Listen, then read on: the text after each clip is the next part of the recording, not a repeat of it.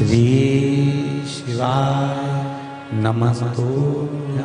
आपको पहले भी कथा में कहा कि ये सोमवार की जो अष्टमी का नियम है, इसका जो वर्णन है, शंकर और माता पार्वती के मिलन का दिन। इस दिन माता पार्वती जी ने शिव जी से कई वर प्राप्त करे। शंकर भगवान से आज का जो दिन होता है, सोमवार की अष्टमी का दिन, जब हम शंकर भगवान को जल चढ़ाते हैं, प्रार्थना करते हैं, मूंग चढ़ाते हैं या चावल चढ़ाते हैं, हम शिव जी से जो वर कामना करते हैं, जो भी बाबा देवाधिदेव महादेव से कहते हैं, बाबा हमारी मनोकामना पूर्ण जरूर करता है। ये वो सोमवार की अष्टमी। और एक बात और आपको कहने, ध्यान दीजिएगा। अगर मान लो किसी पति पत्नी का तलाक तक की नौबत हो गई और तलाक नहीं कराना है, आपस में वापिस प्रेम बढ़ जाए, छोरी वापिस घर में रहे, बेटा उसको रखे, बहू रहे, आपस में प्रेम बढ़े, वो भले मायके चली गई हो, वो भले लड़का छोड़कर चले गया हो, अकेली रह रही हो और चाहती है कि मैं पति के साथ रहना है, तलाक नहीं होना चाहिए, हम दोनों में प्रेम रहे, वो संभाले मेरे को भी और मैं भी आदर करूं, वो भी आदर करे। तो मेरा निवेदन है, कच्चा जो सूत होता है, कच्चा जो धागा होता है, एक धागा होता है पक्का धागा, एक धागा होता है कच्चा धागा। बहुत ध्यान दीजिएगा महाराज, पक्के धागे से नहीं लपेटना सफेद। कच्चा जो धागा पीपल में, बड़ में या आंवला आदि में जो हम लोग लपेटते हैं पूजन करते समय, वो कच्चा धागा। नंदी के ठीक पीछे बैठकर कोई साथ में आपके परिवार का कोई व्यक्ति चले जाए और हस्तकमल को, जिसको अपने परिवार में वापिस रहना है, उस स्त्री हो या पुरुष हो, दोनों में से कोई भी नंदी के पीछे बैठकर, सोमवार की जिस दिन अष्टमी पड़े उस दिन नंदी के पीछे बैठकर हाथ को ऐसा बंद करना है, हाथ में एक बेलपत्री रखना है, सीधी सीधी बंद कर 7 बार उस हाथ पर कच्चा सूत लपेट देना है, उस सूत को वापस निकाल लेना है। बेलपत्री के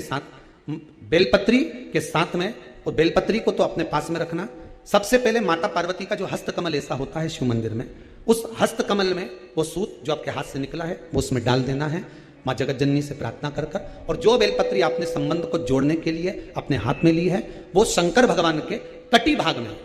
फिर निवेदन करूंगा, कटी भाग को समझ लीजिए। ये शिवलिंग रखा है, जहां पर शंकर भगवान का शिवलिंग, माता पार्वती जी के हस्तकमल पर जो शिवलिंग रखा है, ये भाग कटी भाग कहलाता है। इस जगह पर जहां शंकर और पार्वती का मिलन हुआ है, उस जगह पर उस बेलपत्री को रख देना है। महाराज ज्यादा से ज्यादा 3-4 महीने लगते हैं, दोनों में वापस प्रेम बढ़ जाता है, दोनों एक हो जाते हैं। तलाक तक बात चल भी रही हो तो वो तलाक समाप्त हो जाता है। प्रेम, करुणा, आसक्ति, स्नेह बढ़ जाता है। संबंध टूटने की कतार पर एक बार माता पार्वती को समर्पित तो करो अपना संबंध, कि मां अब तुझे नहीं भाना है। माना मैंने अपशब्द कह दिया होगा, माना मेरी गलती होगी, थोड़ी गलती उनकी भी होगी, पर दोनों की गलती है मां, अब इस संबंध को तुझे निभाना। जब कच्चा सूत माता के हाथ में रखो, तब माता को विनती करना, इस संबंध की डोरी अब तेरे को दे दी। दीन बंधु दीनानाथ, मेरी डोरी तेरे, मेरी डोरी तू पकड़ ले,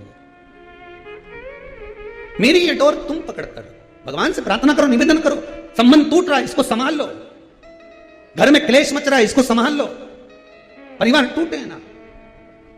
ये युग शिव महापुराण के 12 ज्योतिर्लिंग की जो कथा है, ये संबंधों को संभालने के लिए ही तो है। कभी कभी अगर तुमको लगे कि मेरे जीवन में बहुत बीमारियों ने मुझे घेर रखा है, तो प्रयास करा करो कि बेलपत्र, जो ये बेलपत्र होती है, इस बेलपत्र की जो ये डंडी होती है, इस बेलपत्र को अशोक सुंदरी वाली जो जगह होती है, वहां पर इसका चढ़ाकर डंडी का जो भाग है वो शिवलिंग की ओर हो जाए, और यहीं से जल चढ़ाते चढ़ाते चढ़ाते चढ़ाते, अशोक सुंदरी से जल चढ़ाते चढ़ाते, ओमकार जैसा, ओमकार जब हम अशोक सुंदरी से चालू करेंगे तो वो जल पहले गणेश जी के पास जाएगा, फिर वापिस अशोक सुंदरी के पास आएगा, अशोक सुंदरी से कार्तिकेय के पास जाएगा, कार्तिकेय से महादेव के पास जाएगा। ऐसा ओमकार जैसा जल, जब तुम्हें लगे कि बीमारी बहुत घेर रखी है, और बहुत बीमारी ने घेर लिया, कोई किडनी, कोई लीवर, कोई बहुत शरीर में कष्ट, कोई रोग बीमारी, या कहीं तुमको ऐसा लग रहा है कि मेरा गर्भ 20 साल हो गए, 22 साल हो गए, संतान नहीं, तब भी इस प्रयोग को जरूर करिएगा।